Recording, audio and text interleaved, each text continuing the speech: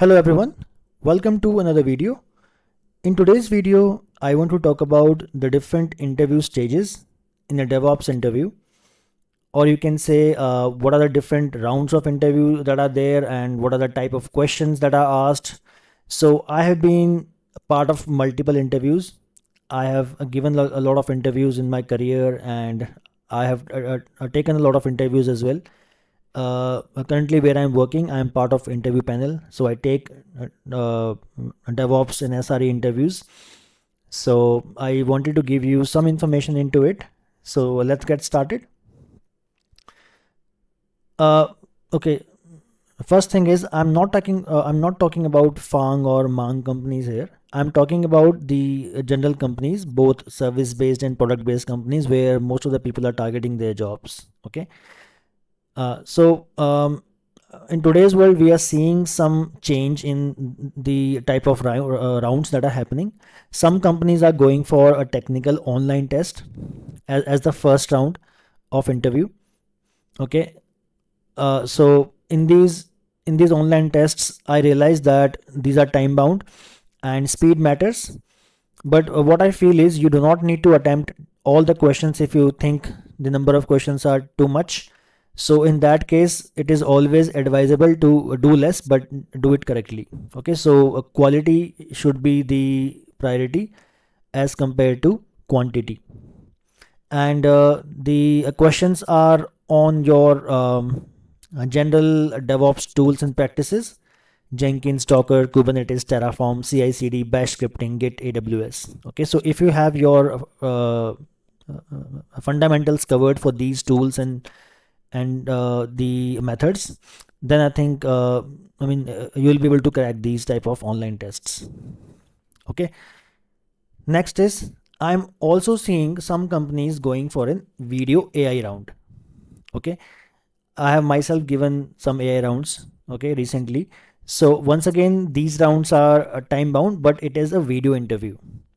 So all your answers should be recorded in a video, and then I think it is analyzed by an AI itself, I believe. And then if you are shortlisted, then you are through to the next round. So generally these AI rounds are scenario based questions. You will only see scenario based questions in this AI round, and it's not that easy actually. All the questions are open ended, which means there can be multiple answers to a single question. So I think they are looking for the best answers, and you get a score as well. After you have finished your interview, you get an automatic email with a score as well. That you have scored 68% or 70%, and there will be some criteria also that minimum 50% should be scored, like that. Okay, so once again, the questions are on your basic DevOps tools and practices. Okay, but in these rounds, what I suggest is take your time. Take a pause of like 2-3 seconds, think about it, and then answer, because it's a video interview. Okay, so you can take like 2-3 seconds to think and then answer correctly. Okay, and once again, be really steady. You don't have to rush to these, because the time is actually more than what you actually need to answer. So you can take your time, and then try to answer the question in the best possible way, and then move ahead. Okay, then if I talk about the normal interview rounds that happen in most of the companies, so round one, which generally tests your fundamentals of all technologies. Okay, this is what I realize. So first round is going to be very easy, generally very easy. They will only ask some standard questions, some standard fundamental questions. Okay, like if you are appearing for a DevOps interview, so it is understood that you have prepared one DevOps CI/CD project with all the workflow stages. So you should have this project learned by heart. Okay, so you should know how to explain a DevOps project. Also, I'm going to do a video on this soon, where I will be talking about a project that you can use in an interview with all the different stages. Okay, I'm going to do that video soon. Okay, Then if I talk about AWS, because I'm talking about AWS based DevOps here, but it is applicable to all the cloud platforms, Azure and GCP and others as well. Okay, so generally, if you see in the first round, they will ask you on the core services like IAM. IAM is everywhere, right? I mean, whatever cloud platform you use, there will be a service on identity and access management. So you should have the basics covered. Then EC2 instance, because I mean, all the clouds, in all the clouds, this is like the most popular service that the company wants to use. So EC2 instance in case of AWS, so you should know the basics of it, like the pricing model or the instance types. Okay, then some I mean, common scenarios that happens with EC2 instances. Then S3 buckets, VPC, ELBs, auto scaling groups. Then how to design a highly available architecture. So these are all standard questions now, standard and the most basic questions. You should know the basics of ECS, EKS, Route 53. Okay, so yeah, the other core services of AWS that you should know by heart.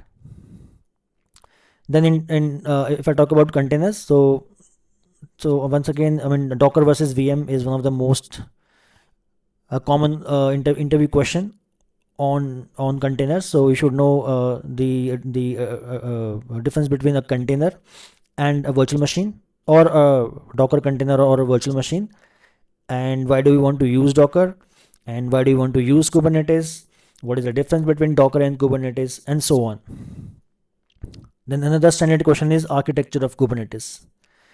Okay, and then the most commonly used resources like services, deployment, stateful sets. What is the difference between a deployment and a stateful set?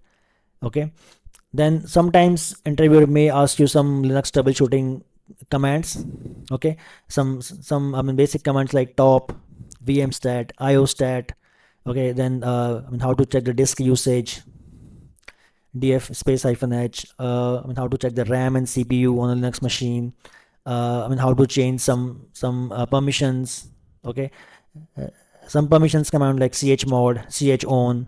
Okay, then they may also ask you, some user management commands. Okay, how to create a user, how to modify user attributes, so on. Okay, so all these are, I mean, basics and fundamental questions only. So you should be prepared for that. Then Terraform basic commands also they will ask, and if this interview is happening on a screen sharing, then they may ask you to write a Terraform code.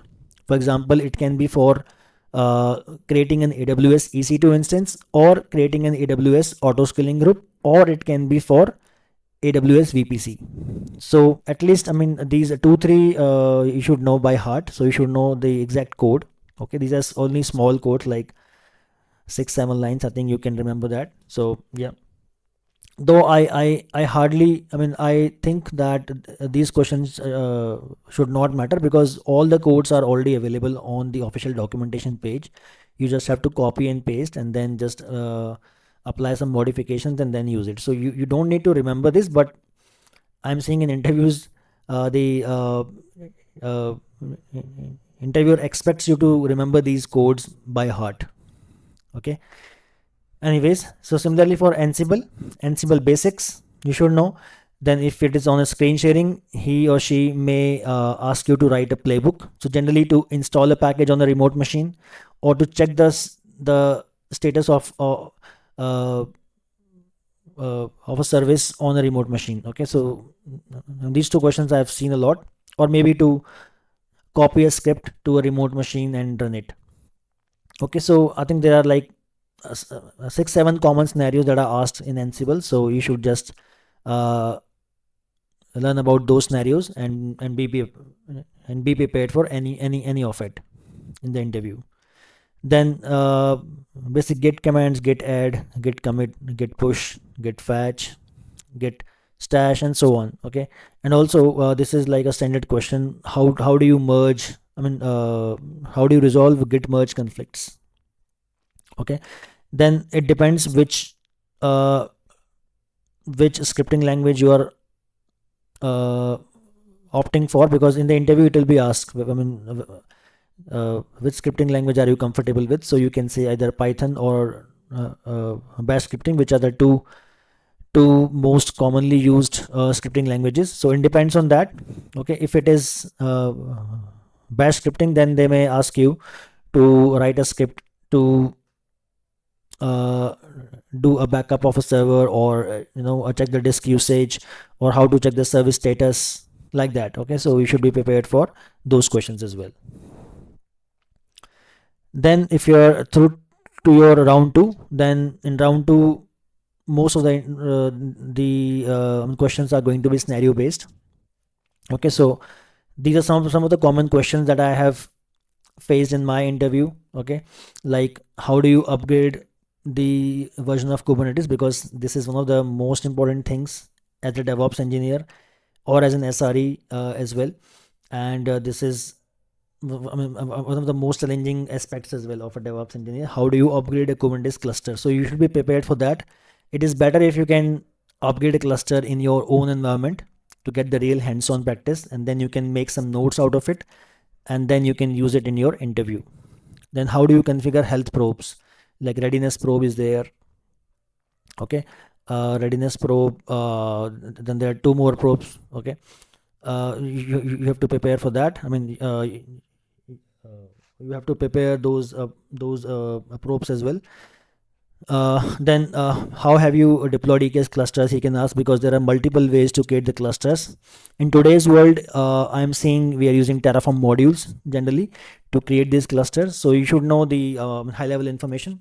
Of course, he is not going to tell you to write the entire code, but he can ask you some really high level questions on how do you deploy your EKS clusters. Then all the known errors in the Kubernetes cluster, you should know how to investigate and troubleshoot. Okay, you can find multiple blogs and articles, okay, on multiple websites. So we should know all these errors, like image pull error is there, crash loop back off, your pod is in pending status, or pod is healthy but the application is still down. So all these scenarios should be prepared by you beforehand, before your second round of interview especially. Then how do you manage secrets in Kubernetes? Once again, a very important aspect of a DevOps engineer. Then dynamic volume provisioning, how it happens, what is a persistent volume and persistent volume claims. Then how do you manage your Terraform state file locking, and how do you back up your Terraform state file. In terms of monitoring, he can ask you how do you query for failure logs. Okay, how do you create a custom dashboard, how do you set up alert notifications for any for any metric threshold that gets breached. Then in terms of CD, the continuous deployment part, so generally we are using the GitOps approach in these days, which uses Argo CD. So how have you configured the different applications in Argo CD? How do you authenticate to Argo CD?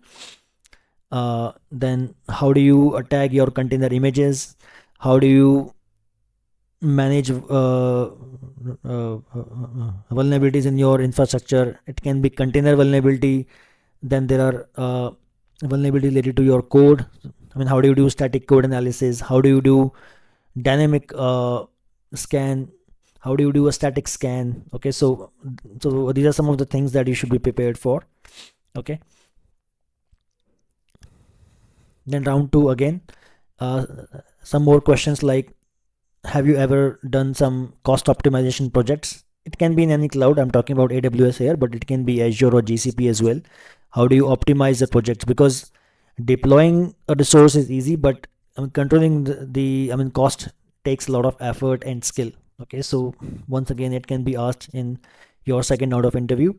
What automation projects have you completed? Whatever an automation you have done, at least one project you should prepare for. Okay, you should have some notes created for those projects, and you should know that by heart. Then how do you upgrade in AWS RDS database instances? Then some more scenario based questions like EC2 SSH key pair lost, how to recover. Then how do you what is ingress configuration in Kubernetes? How do you use it? Once again, a very important aspect, because most of the companies are using ingress. Okay. Then Route 53 is once again a very important DNS service. Okay, in AWS, but once again, it can be any DNS service in other clouds as well. Like, Google has Google DNS, and similarly in other clouds there will be one DNS service. So you should know how DNS works and how do you use these different DNS services for disaster recovery. Then Terraform modules. How do you? What is the meaning of Terraform modules? How do you use these different modules to create EKS clusters? Then how do you resolve git merge conflicts? I think this I covered in round 1 as well, but it can be asked in round 1, round 2 both. Then how do you write Helm chart? Okay, Helm chart is again a very important question that is asked in most DevOps interviews. So you should know how to write a Helm chart from scratch with its concepts. Then pod disruption budgets, PDBs in Kubernetes. Okay, I don't think many people would have heard this term, but this is again like used a lot in a production cluster. Okay, so learn about this concept as well. Then what are the challenges in CI/CD when you do? So you should be prepared for that as well.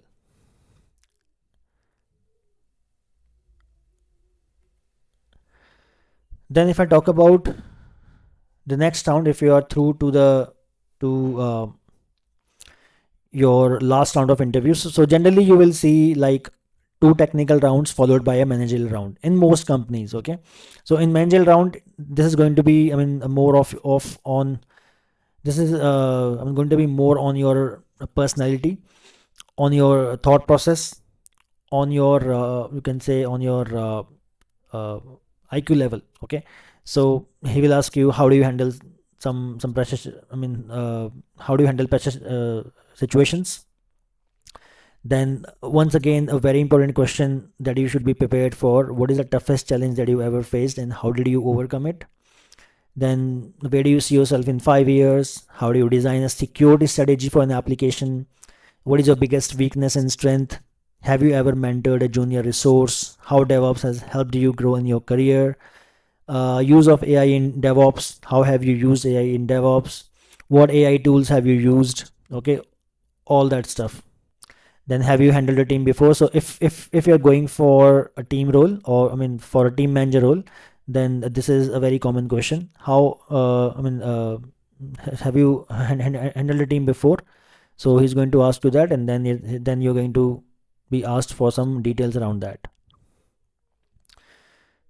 Then if you reach your HR discussion round, then it is always better to do your research about the company culture, current events, to understand job security aspect, because a lot of companies, some companies are laying off their employees from time to time. So it's important to understand the security aspect of any company.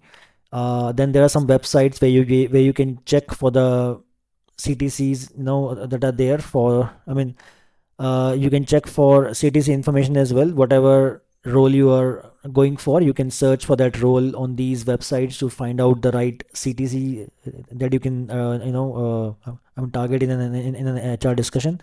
For example, Glassdoor and Ambition Box, these two are really good websites where employees share their CTC information, their interview questions, their experience with the company. So you can check all the information in these two websites. Okay, and also you can try to connect to some employees on LinkedIn who are already working in that companies to know the company culture better. Then whatever your research says, then try to ask all the relevant questions from HR, okay, as per your research. All right, so that's all I wanted to cover in this video. I hope it was informational and it was useful to you.